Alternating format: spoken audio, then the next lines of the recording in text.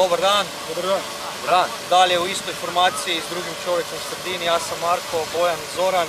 Drugi dan modelarskog mitinga u Prelogu. Treći jubilarni po redu. Treći jubilarni.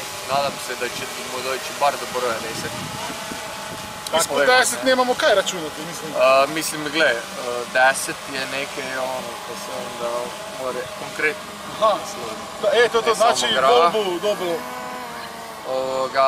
Svi koji ste došli, dobro došli. Svi koji niste došli, more vam biti žal. Tako je. Situacija na letalištu je jako dobra, ljudi ima, aviona ima čak i previše. Tako je, neke smo vtopili već i danas. Neke je crklo, neke se potrlo, ali... Ljepota i čar modelarstva. Razbiti, poljupati i utopiti nešto. Znači Bojan, udržal si riječ da treba nešto potrpiti si. Ja danas ne, nažalost, mislim na sreću moju, nažalost vašu, ja sam danas još nikad ne potram. Našao sam razloge, interferencije, magnetske, kaj se jučer desilo, to mi hvatio. Hvala Bogu, vrnul se je natrag.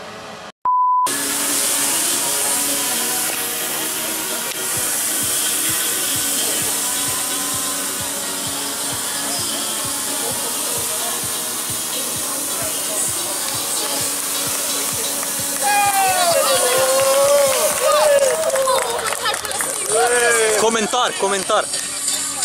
Ljudi, ja znam kaj se desilo, bili v GPS modu i sam medleta.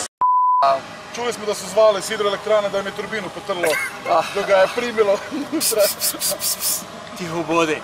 Kamerman je i danas naš Romeo, evo bude se on posnimao. Budući svjetski prvak u biti